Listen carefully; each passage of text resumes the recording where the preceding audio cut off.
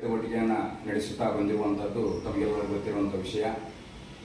ಜಮಾತೆ ಇಸ್ಲಾಮಿ ಹಿಂದ್ ದೇಶ ಬಾಂಧವರ ನಡುವೆ ಹಲವಾರು ಕೋಮು ಸೌಹಾರ್ದತೆ ಕಾರ್ಯಕ್ರಮಗಳನ್ನು ನೀಡುತ್ತಾ ಸಮುದಾಯಗಳ ಮಧ್ಯೆ ಬಾಂಧವ್ಯಗಳನ್ನು ಬೆಳೆಸುವಂಥ ಕಾರ್ಯ ಜಮಾತೆ ಇಸ್ಲಾಮಿ ಹಿಂದ್ ಮಾಡುತ್ತಾ ಬಂದಿದೆ.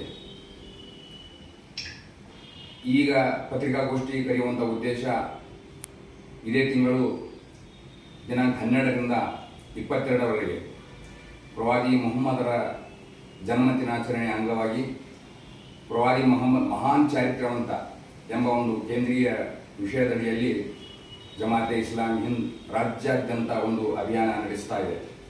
ಈ ನಿಟ್ಟಿನಲ್ಲಿ ಹಲವಾರು ಕಾರ್ಯಕ್ರಮಗಳನ್ನು ಸ್ಥಳೀಯ ಮಟ್ಟದಲ್ಲಿ ಕೂಡ ನಾವು ಹಮ್ಮಿಕೊಳ್ತಾ ಇದ್ದೇವೆ. ಅದು ರಕ್ತದಾನ ಶಿಬಿರವಾಗಿರಬಹುದು, ಗಣ್ಯಮಾನ್ಯರ ಭೇಟಿಯಾಗಿರಬಹುದು, ಹಾಗೂ ಅನ್ನ ಸಂತರ್ಪಣೆಯಾಗಿರಬಹುದು, ಮತ್ತು ರೋಗಿಗಳ ಭೇಟಿಯಾಗಿರಬಹುದು, ಮತ್ತು ಸೀರತ್ ಕಾರ್ಯಕ್ರಮಗಳಾಗಿರಬಹುದು. ಹೀಗೆ ಹಲವಾರು ಕಾರ್ಯಕ್ರಮವನ್ನು ನಾವು ಈ ಅಭಿಯಾನದಡಿಯಲ್ಲಿ ನಡೆಸ್ತಾ ಇದ್ದೇವೆ. ಈಗ ನಮ್ಮ ನಡುವೆ ಜಮಾತೆ ಇಸ್ಲಾಮಿ ಹಿಂದ್ನ ವಿಭಾಗೀಯ ಸಂಚಾಲಕರಾದಂತಹ ಜನಾಬ್ ಮೆಹಬೂಬ್ ಆಲಂ ಬಡಗನ್ ಅವರು ಇದ್ದಾರೆ, ಮತ್ತು ಜಮಾತೆ ಇಸ್ಲಾಮಿ ಹಿಂದ್ ಹಿರಿಯ ಸದಸ್ಯರಾದಂತಹ ಮೊಹಮ್ಮದ್ ಅಲಿ ಯತ್ನಟ್ಟಿ ಅವರಿದ್ದಾರೆ, ಮತ್ತು ಈ ಸೀರತ್ ಅಭಿಯಾನದ ಸಂಚಾಲಕರಾದಂಥ ಜನಾಬ್ ಮೊಹಮ್ಮದ್ ಹುಸೇನ್ ಬಾಬಾನ್ ಅವರು ಕೂಡ ಇದ್ದಾರೆ. ಅವರು ಈ ಸೀರತ್ ಅಭಿಯಾನದ ಕುರಿತು ಇನ್ನಷ್ಟು ಹೆಚ್ಚಿನ ಮಾಹಿತಿ ತಮ್ಮ ಮುಂದೆ ನೀಡ್ತಾ ಇದ್ದಾರೆ. ಕಾರಣ ನಾನು ನಮ್ಮ ದೇಶ ಬಾಂಧವರಲ್ಲಿ ಮತ್ತು ಈ ನಾಡಿನ ಗಣ್ಯರಲ್ಲಿ ಕೇಳಿಕೊಳ್ಳುವುದಿಷ್ಟೇ, ಈ ಒಂದು ನಮ್ಮ ಅಭಿಯಾನಕ್ಕೆ ತಾವೆಲ್ಲ ಜೊತೆಗೂಡಿ ತಾವು ಈ ಅಭಿಯಾನವನ್ನು ಯಶಸ್ವಿಗೊಳಿಸುತ್ತೀರೆಂದು ನಾನು ಆಶಿಸುತ್ತಾ ನನ್ನ ಮಾತನ್ನು ನಮ್ಮ ನಿಮ್ಮೆಲ್ಲ ಪ್ರತಿಪಾಲಕರು ಮತ್ತು ಒಡೆಯನಾದ ಅಲ್ಲಾಹನ ನಾಮದಿಂದ ಪ್ರವಾದಿ ಮುಹಮ್ಮದ್ ಸಲ್ಲಲ್ಲಾಹು ಅಲೈಹಿ ವಸಲ್ಲಂ ಮಹಾನ್ ಚಾರಿತ್ರ್ಯವಂತ ಎಂಬ ಶೀರ್ಷಿಕೆ ಅಡಿಯಲ್ಲಿ ಜಮಾತೆ ಇಸ್ಲಾಮಿ ಹಿಂದ್ ಕರ್ನಾಟಕದ ರಾಜ್ಯದಾದ್ಯಂತ ಒಂದು ಅಭಿಯಾನವನ್ನು ಆರಂಭಿಸಿದೆ. ಈ ಅಭಿಯಾನವು ಸೆಪ್ಟೆಂಬರ್ 13ರಿಂದ 22ರವರೆಗೆ ಜರುಗಿದೆ. ಈ ಅವಧಿಯಲ್ಲಿ ನಾವು ಸ್ಥಾನೀಯ ಜಮಾತ್ ವತಿಯಿಂದ ಅನೇಕ ಕಾರ್ಯಕ್ರಮಗಳನ್ನು ಹಮ್ಮಿಕೊಂಡಿದ್ದೇವೆ. ವೈಯಕ್ತಿಕವಾಗಿ ಭೇಟಿ ನೀಡುವುದು, ಪ್ರವಾದಿ ಮುಹಮ್ಮದ್ ಸಲ್ಲಲ್ಲಾಹು ಅಲೈಹಿ ವಸಲ್ಲಮರ ಪರಿಚಯ ಹಾಗೂ ಮತ್ತು ಅವರ ಸಂದೇಶದ ಫೋಲ್ಡರ್ಸ್ಗಳನ್ನು ನಾವು ಜನರಿಗೆ ವಿತರಿಸುತ್ತೇವೆ. ಮತ್ತು 16ನೇ ತಾರೀಕಿಗೆ ಅಂಜುಮನ್ ಶಾದಿ ಮಹಲ್ನಲ್ಲಿ ರಕ್ತದಾನ ಶಿಬಿರವನ್ನು ಕೂಡ ಏರ್ಪಡಿಸಲಾಗಿದೆ. ಮತ್ತು ಇದೀಗ ಹೇಳಿದಂತೆ ನಾವು ಹಾಸ್ಪಿಟಲ್ಗಳಲ್ಲಿ ಭೇಟಿ ನೀಡುವುದು ಮತ್ತು ಬಡವರ ಮನೆಗಳಿಗೆ ಭೇಟಿ ನೀಡಿ ಅವರಿಗೆ ಸಹಾಯ ಮಾಡುವುದು ಈ ಕಾರ್ಯಕ್ರಮಗಳಿವೆ. ಮತ್ತು ಸಾರ್ವಜನಿಕ ಸಭೆಗಳನ್ನು ಕೂಡ ಈ ಅಭಿಯಾನದ ಸಂದರ್ಭದಲ್ಲಿ ನಾವು ಏರ್ಪಡಿಸುತ್ತೇವೆ.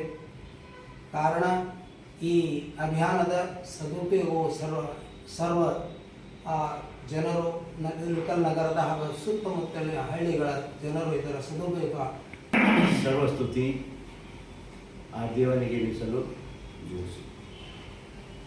ದೇವನು ತಮ್ಮೆಲ್ಲರ ಮೇಲೆ ಅವನ ಅನುಗ್ರಹ ಮತ್ತು ಶಾಂತಿ ಸದಾ ಇರಲಿ. ಬಂಧುಗಳೇ, ಈ ತಿಂಗಳು ಇಸ್ಲಾಮಿ ತಿಂಗಳ 3ನೇ ತಿಂಗಳಾಗಿದೆ. ಇದೇ ತಿಂಗಳಿನಲ್ಲಿ ಮುಹಮ್ಮದ್ ಸಲ್ಲಲ್ಲಾಹು ಅಲೈಹಿ ವಸಲ್ಲಂ ಪ್ರವಾದಿ ಹುಟ್ಟಿದ್ದು. ಅವರ ಜನ್ಮದ ಕುರಿತಾಗಿ ಮತ್ತು ಅವರ ವ್ಯಕ್ತಿತ್ವದ ಕುರಿತಾಗಿ ಜನರಲ್ಲಿ ಒಂದು ಪ್ರಜ್ಞೆ ಮೂಡಿಸಬೇಕೆಂದು ಪ್ರತಿ ವರ್ಷ ನಾವು ಮಾಡುವಂತೆ ಈ ವರ್ಷ ಒಂದು ವಿಷಯ, ಪ್ರವಾದಿ ಮುಹಮ್ಮದರು ಮಹಾನ್ ಚಾರಿತ್ರ್ಯವಂತ ಅಂತ. ಈ ವಿಷಯ ಆರಿಸಲಿಕ್ಕೆ ಕಾರಣ ಏನು ಅಂದರೆ, ಸಮಾಜದಲ್ಲಿ ನಾವು ಚಾರಿತ್ರ್ಯವನ್ನು ಮೂಡಿಸಬೇಕಾಗಿದೆ. ಚಾರಿತ್ರ್ಯವಿಲ್ಲದೆ ಸಮಾಜ ಕಟ್ಟುವುದು ಸಾಧ್ಯವಿಲ್ಲ. ಅದಕ್ಕಾಗಿ ಪೈಗಂಬರರು ಚಾರಿತ್ರ್ಯವನ್ನು ಬೆಳೆಸಲಿಕ್ಕೆ ಮಾಡಿದ ಪ್ರಯತ್ನ, ಅವರು ಸಮಾಜದಲ್ಲಿ ಈ ಶೋಷಣೆ, ಅತ್ಯಾಚಾರ, ಅನ್ಯಾಯ ಇವೆಲ್ಲವನ್ನು ಹೋಗಲಾಡಿಸಲಿಕ್ಕೆ ಚಾರಿತ್ರ್ಯ ನಿರ್ಮಾಣ ಬಹುಮುಖ್ಯವಾಗಿದ್ದು.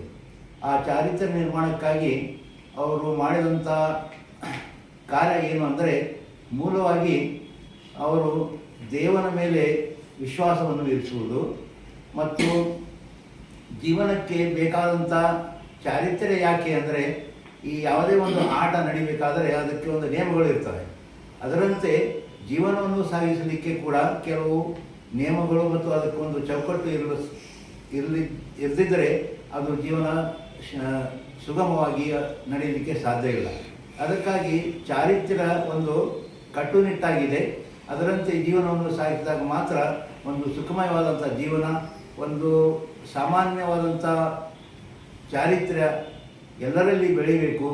ಅವರು ಈ ಸಮಾಜವನ್ನು ನಿಷ್ಕಳಂಕವಾಗಿ ಮತ್ತು ಶೋಷಣೆ ರಹಿತವಾದಂಥ ಸಮಾಜವನ್ನು ಕಟ್ಟಲಿಕ್ಕೆ ಸಾಧ್ಯವಿದೆ.